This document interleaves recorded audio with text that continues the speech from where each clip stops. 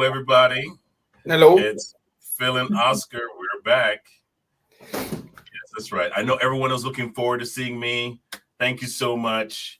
I'm sorry I had to bring Oscar back on, but that happens. we are just tied together, man. That's all it is. That's what it comes down to.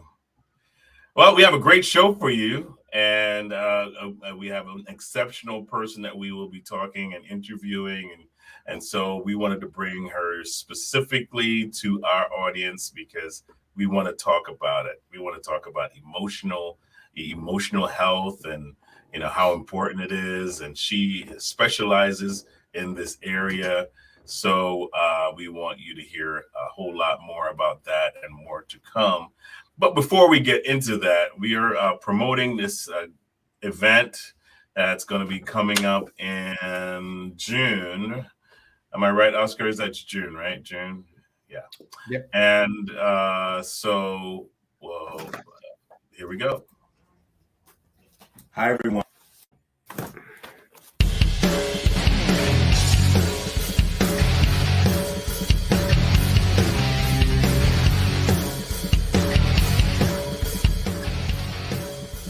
Hi, everyone. My name is Philip Reed, and I'm the president and CEO of Phoenix National Network.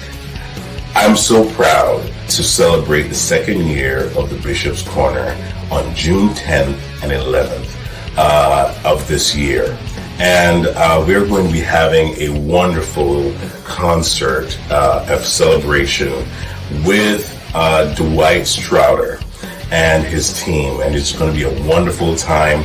I want to invite you all to join us. The details for this event will be shown at the bottom of the screen. So if you are interested in coming out on June 10th for the concert, you can reach me at 914-297-7624 for more information. Also, this is going to be a great 2-day event. That is 2 days. So we have hotels that are already reserved for you on a low rate, and have limited rooms. So please register with the hotels that are being issued to you at the bottom of the screen as well, so that you can get the best price for this 2-day event, because we will be at Lake Compounce in Connecticut, right in Bristol, Connecticut. And we're getting a great rate for everyone to come out and have a great time. There will be food there. It will be complimentary, free food, discounted rates, so you can bring the entire family to this great event. Also, we're doing a $1,000 giveaway on Friday night for anyone who is in attendance to the concert. So all you have to do is buy a ticket, reserve your seat, and get a chance to win $1,000. I'm looking forward to seeing you there. Take care.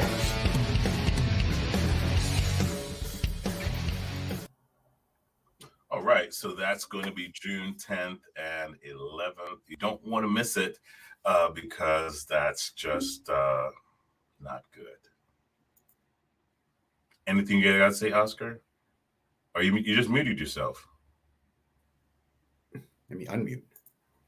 Hello? There we go. Okay. I did not see. Okay, so Oscar seems to be having technical difficulties. I think he's having technical difficulties. Are you having technical difficulties, Oscar? I guess you can't answer that. All right, so you know what I'm going to do? I'm going to introduce our guest. She's going to come on, and we are welcoming none other than Michelle Dickinson. Hi, Michelle. Hi, guys. Hi, how are you? I'm awesome. I'm excited to be here with you. Thanks for inviting me. We are excited to have you. We haven't started yet. So, just quickly, introduce yourself to our audience. Tell us a little about who you are. Sure. Again, I'm so grateful for the invitation to be here. So a little bit about me. So I am a workplace well-being strategist. I get to work every day with organizations to recenter their people. And the reason I do that is because I was affected deeply by mental illness and mental health challenges. I grew up with a mother who had bipolar disorder. I struggled with depression myself, and then I helped to build a employee resource group for mental health at my Fortune 500 company when I was there.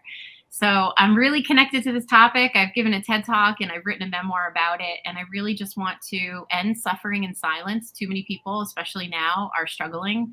And I feel like we have an opportunity to like turn up the volume around the brain health narrative to really help people be unashamed and unafraid of getting help. That's incredible. Wow. Suffering in silence. Yeah. What does that normally look like? You know, Phil, before we came on the air, you were telling me about a friend of yours, and it's the person that we don't think is struggling. It's the one who's maybe not talking about what they're dealing with, but showing up with a smile on their face, right? Right. It's Yeah. it's the person too who is ignoring or diminishing how they're feeling because, well, we're all dealing with the pandemic, right? Right. So a Yeah. lot of people right now are just not really understanding the mental impact that this pandemic has had on so many of us. And so it causes a lot of us to diminish how we're feeling or just not talk about it because it's not comfortable. Wow. Exactly. I don't, well, I mean, is it harder for men than for women to do that? Yeah, I mean, we live in a society where men are taught to not talk about how they feel, and to just push through. And yeah, I don't want to be perceived as weak, or so a lot of men often suffer in silence. And we as women who love our men have an opportunity to support them and help them talk about it, get comfortable with it. But yeah, you're absolutely right. Men more so than women. We like to talk, us women. So Do you really? I don't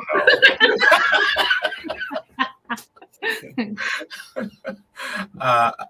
That's so true. I think that women have a more open sense of expressing themselves, especially about emotional things. yeah. Right, Oscar? Can you hear me? I'm not Yes, sure. we can hear you. Yes. Oh, good. Okay.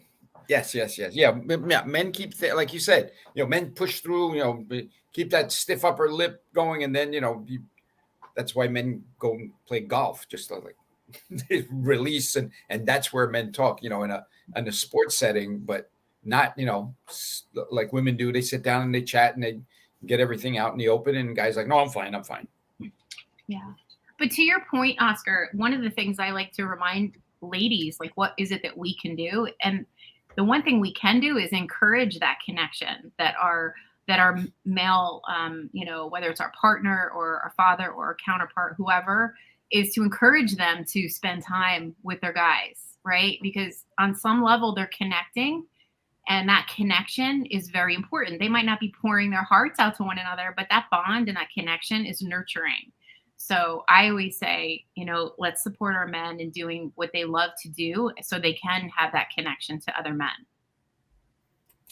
That's really good. That's a really good point.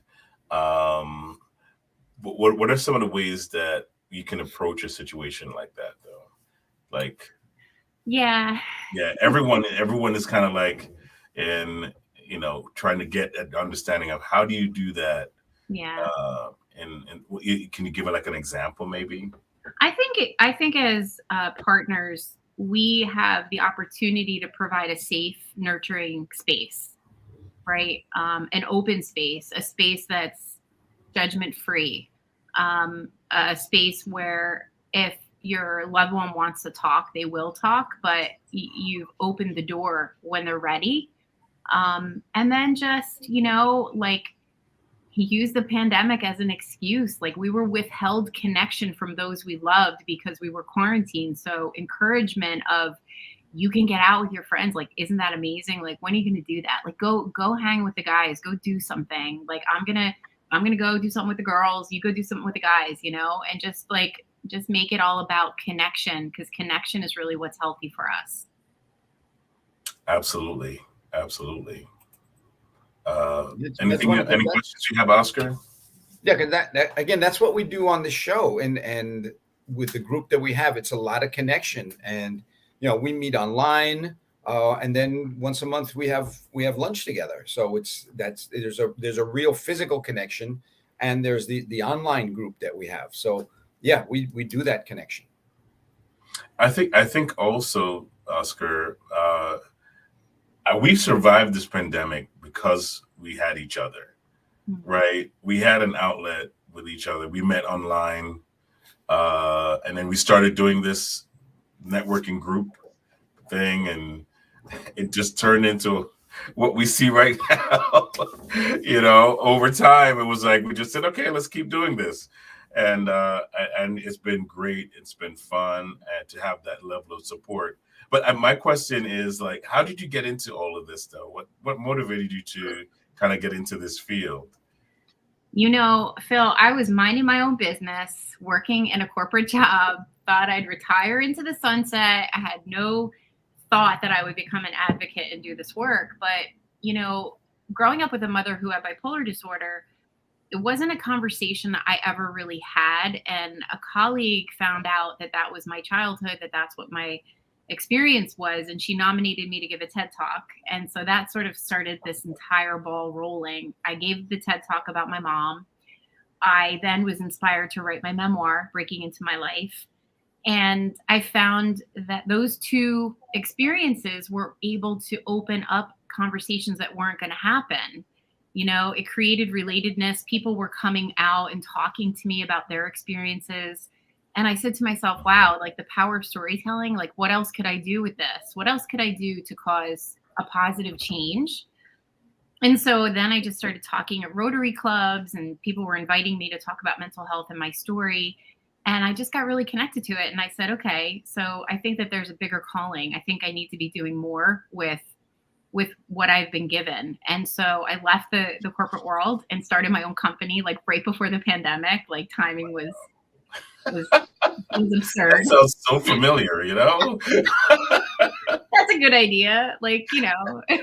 But honestly, it actually was, because a lot of my clients initially were looking for ways to empower and help keep their workforce healthy, especially because we were all working from home.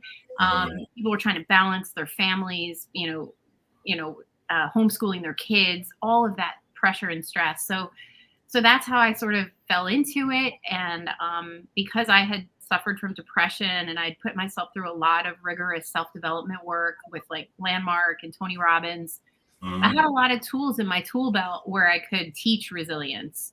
And so the rest is history. Now I do this work all the time with the hopes that I create more compassionate environments for employees and get people talking about mental health. And that's truly what is the most deepest, fulfilling work that I think I could ever do. Wow. And that is exactly right. I think the most fulfilling thing is just knowing that you're helping people get to the next level of their life is amazing. One thing about going through a tough situation or a hard situation, is that if you're a seeker, you learn lessons from it. Yeah. Right. And it's lessons that you can use to help other people. And I think that's what you did. It's like you took what you experienced and you said, you know what? There's somebody that needs my help with this. It made me curious. Everyone would say to me, I don't know how you navigated, living with an abusive mother, because listen, when someone is hurting from a mental illness, it's highly likely they're going to hurt other people. There's a saying, the hurt others, right? So my mom was not always nice to me, let's just say. But people would say to me, you know what, Michelle, you made it out okay. You did okay. You made it out okay. But I had always I had a burning curiosity to understand how that experience affected me. When I would get in relationships, I'd try to figure out, well, why did I attract this person? So because I was so curious, I was seeking out ways to develop myself. And that's when I just started doing a lot of, the development programs, and even putting myself in therapy with counseling to really understand and unpack it. Because, these are experiences that shape us. Yes, it is. Yes, it is. And it's like it's very difficult to really maneuver around them if you can't really identify, Right. that you're going through issues. Like, for instance, that's a good question to ask is can you help somebody identify if they're going through a specific, situation? Because some people, I feel like, put themselves in a place of denial. Like, Yes. yeah, I would never deal with that. Or no, that's for other people. It's not for me. Right. Right. Have you ever met that situation? And is there any way to really talk to someone about that? Yeah. So there's a couple of things that come to mind. First is if your joy is compromised in some way, right? If you're not able to take pleasure in the things that you love to do, I would say like hobbies or activities that you love to do, there's something off. So get curious as to why you're not experiencing the level of joy that you're used to. That would be the first thing. And a lot of times, especially now, they're comparing themselves to other people and how they've navigated the pandemic. They're also diminishing how they feel because we've all experienced quarantine. We've all experienced the highs and lows of this pandemic. Mm-hmm. And when we do that, when we diminish how we're feeling, it's ignoring it. It's looking the other way. And so what I tell people is stop comparing yourself to the person next to you. We might be experiencing, we might be in the same ocean, but we're in very different boats because our experiences from our childhood have this experience play out very uniquely for us. So don't diminish how you're doing. Like, that's the worst thing you can do. So acknowledging if your joy is compromised, if you're feeling burdened, if there's like emotional drag, if you're experiencing emotional drag, get curious as to why that is and talk to someone. And it could just be a friend. It could just be venting to someone that you trust. Doesn't have to be immediately going for a therapy session. It could actually just be, let me just have a conversation with someone I trust. That's simple. That's what barbers are for. There you go. Yeah. I don't need a barber. I mean, that's why you have issues. You see, I go to a barber and he says, "Why are you here?" I said, "I'm just here to see how you do your work." Trim the beard a bit. Yeah, trim the beard a bit. Mm-hmm. So, Michelle, tell us a little bit about your book. Sure. Breaking into my life, right? Breaking into my life. Yeah. Tell us a little bit about that. Yeah, sure. So that book took me 4 years to write. No kidding. It took me 4 years, 4 long years. It was basically coming out of my TED Talk. I knew the power of storytelling. And I thought if I could sit down and really explain to people what life was like growing up with my mom, then maybe I could humanize mental health for people to really understand it and not fear it.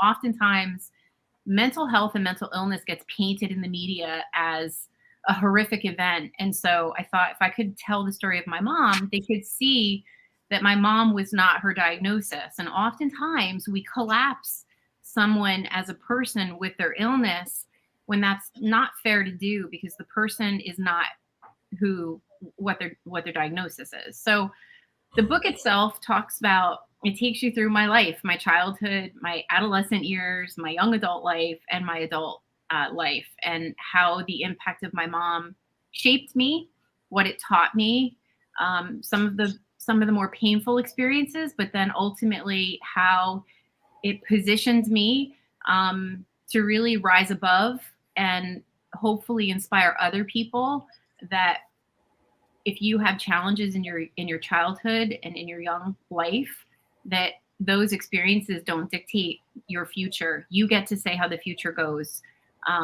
So it's ultimately a story of perseverance and triumph. Wow. I'm speechless, and that is rare. Okay, that does not happen often. You got both of us thinking. I know. I just, it's almost like I took an inhale and it never came out. It's like, that, because that is like, that's a journey that is really hard. I don't know if anybody else can relate to that, but to be able to go through something like that and then put it into words, that must have been difficult.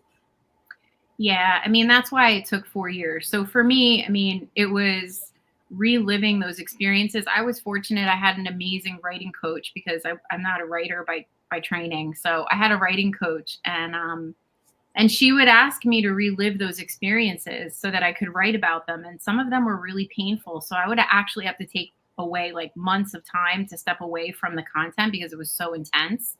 Um, but I'm glad I did, because a lot of my readers say that my book takes them on a journey and they feel like they were right there with me. And that's really what I was out to accomplish with the book. Was I really want people to step into what it's like to love someone with a mental illness. And here's the reality. Yes, it was hard, Phil, but like, we all have stuff in our childhood, and we can either be victims of it or we can deal with it, heal from it, and create a future. Like, we all have that choice. So mine happened to be the color purple. Yours might be the color blue. Like, whatever your stuff is, you get to say how the future goes, and unless you choose to be a victim of your past. And sometimes we do choose make that choice. We do. To take that route is to become the victim of our choice.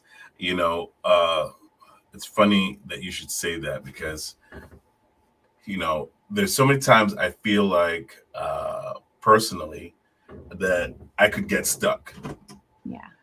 And it's just the thought of, I mean, for me, it's just the thought of what, I'm a very logical person, right? So just the thought of being stuck and not being able to progress, that for me is torture. Yeah. Right? There's no worse thing in the world for me to feel like, other than, than feeling stuck. So just the thought of being stuck frees me. Like, I'm not going to get stuck in this thought. I'm not going to get stuck in this emotion. I'm not going to get stuck in this cycle. I'm going to think of something that's positive. I'm going to break out of this mindset and grab onto a different mindset in order to break out. What is your exercise for like breaking out of like a negative cycle?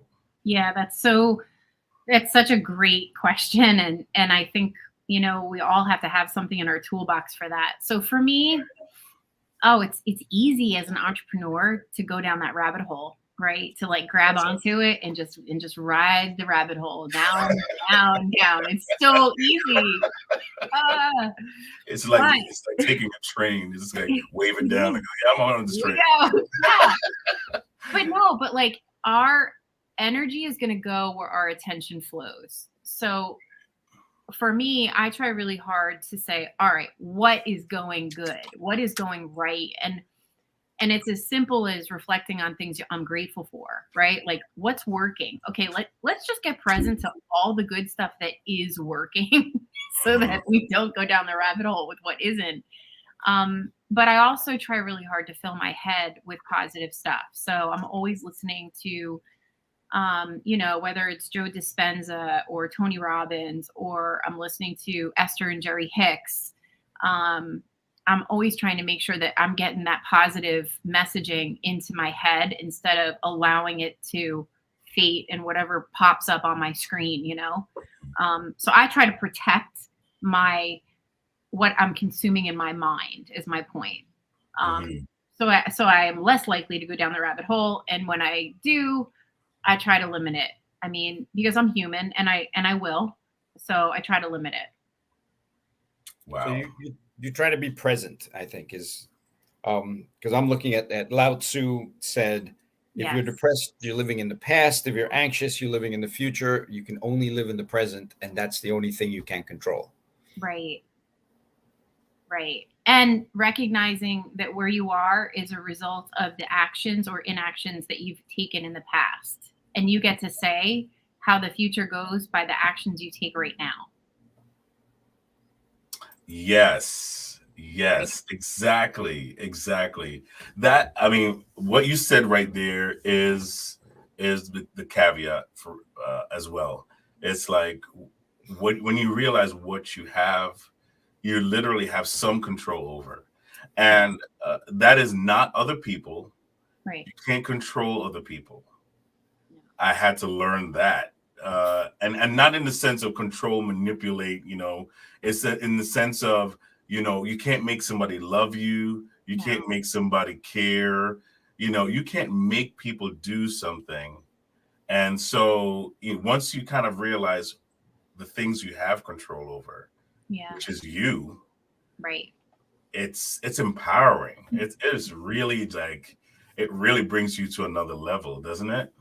Really, when I was doing Landmark, I met this woman in the program who introduced me to the works of Byron Katie. Have you heard of Byron Katie? Yes. So Loving What Is, the book Loving What Is, really resonated with me because I use this example in my resilience training. It's like no amount of disagreement with reality will change reality. All it will do Wow. all it will do is create an upset in your life. You will be upset. So I use this example of you get a flat tire, you pull on the side of the road, you can jump up and down all day and disagree with the tire being flat. Is that going to change the tire? It's not going to change. I love that. I love that. But it could get you. You better get back on that car. I mean, the worst case scenario is you get hit by a car while you're out there arguing with your tire. There you go. Yeah, the car's brother gets mad, But So, go ahead, finish your yeah, scenario. no. So the point is, like, if you can learn to love the situation for what it is, Mhm. I'm not saying like, I'm not, I'm just saying in general, like if somebody is the way they are, like that's who they are. Like there's no amount of disagreement with who they are that's going to change them. So why are you going to create an upset for yourself? Allow. It's just like the art of allowing, and just allow it to be the way it is, Mhm. I think I heard something. Go ahead. I heard something that made a lot of sense, about everybody being different. It says, imagine every person being their own country. So Right. you have laws that pertain to your country, but they might not pertain to that country. We have certain laws we all agree with, don't cross borders, all this stuff.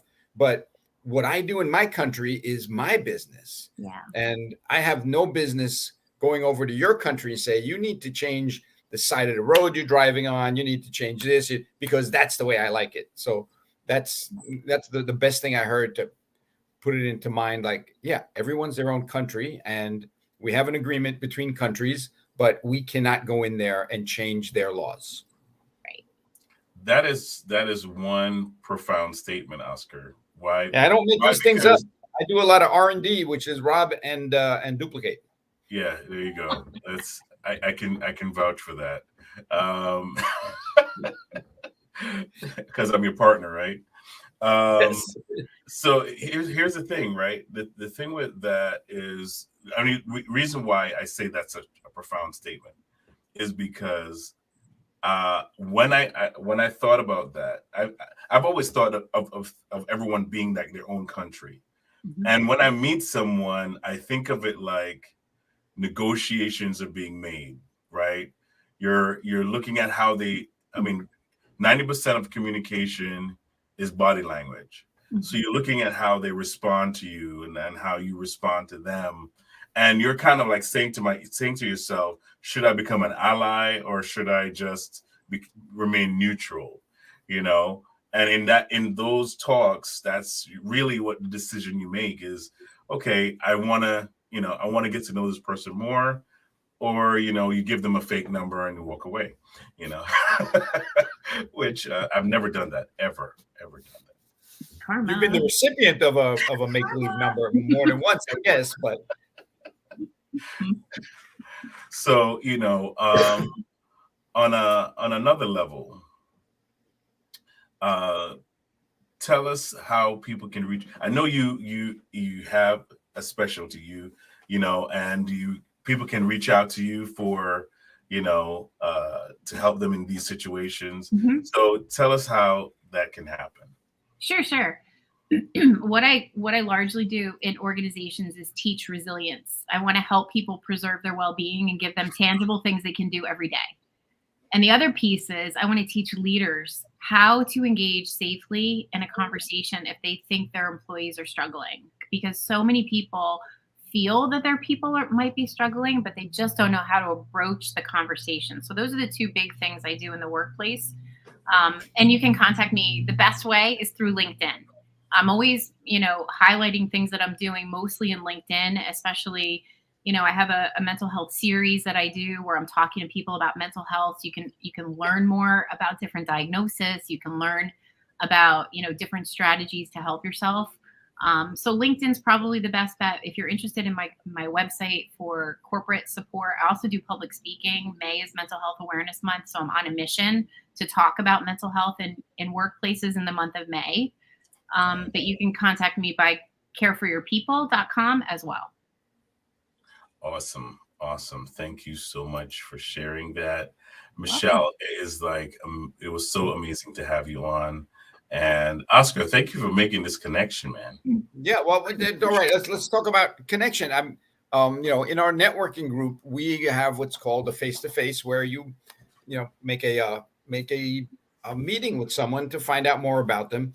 And in the middle of this conversation, she said something about she wants to work or is going to be working with a church. Yes. And I'm like, I know exactly who you need to talk to. Yeah. And I texted Phil right there. I'm like, Phil, you got a minute? He's like, okay, why? I'm like, get on my Zoom. And this is what happens. So that's the other piece I do want to mention, because I'm learning through working with different ministers and religious leaders that the church is a beautiful place to talk about mental health.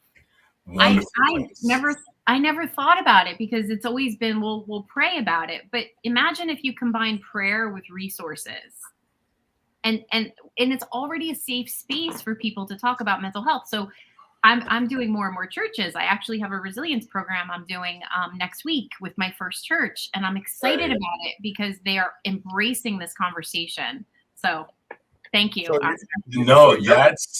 Okay. Now you got me going again. Okay, because that is the perfect place to talk about mental health and emotional health, because it's skipped over.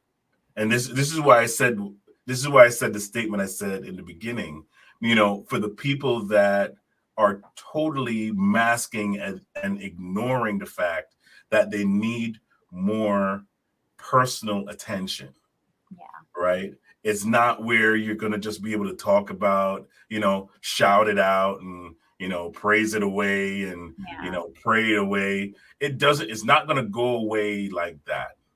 Right. The issue you're dealing with is cyclical, meaning like you're living in a mental cycle that's keeping you there, whether it's dealing with emotions, whether it's dealing with money. Can you tell that I'm a little passionate about this? I mean, whether you deal with every situation you're dealing with, there's a mental state that keeps you either in poverty, right? It takes just getting the right information to get you out of being poor. Yes.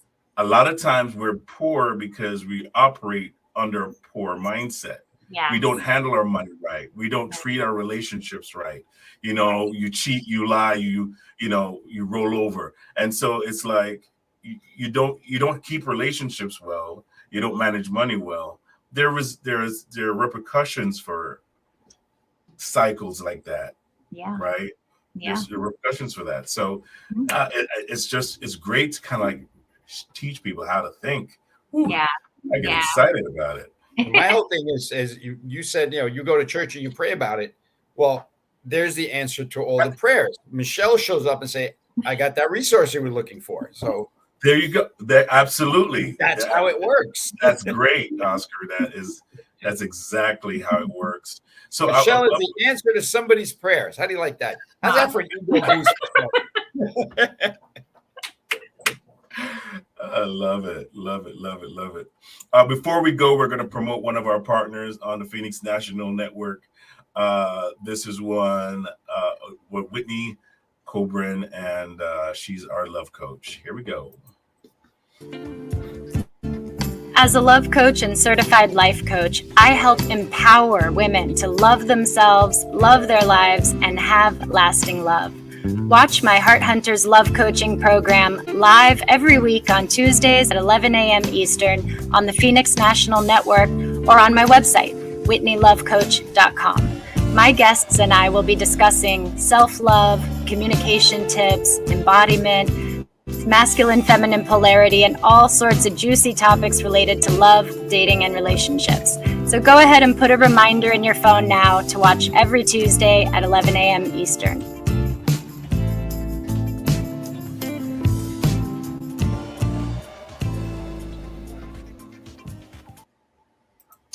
All right. That is our love coach on the Phoenix National Network. And she's great at what she does. Michelle, thank you so much for coming on again. Oscar, I appreciate you, man. You know, you rock. And check out this book right here behind me. Oh, absolutely. That's right. Oh, yes. Yes. Let's do that too. Okay. So you saw it here on Phoenix National Network. Okay. You can order Michelle's book on breakingintomylife.com. Please go to the website now. Don't procrastinate. She's also on Amazon and Amazon and Barnes and Noble. So you want to make sure you check that out as well. All right, everybody, do what you do, and we will see you again next week. Bye.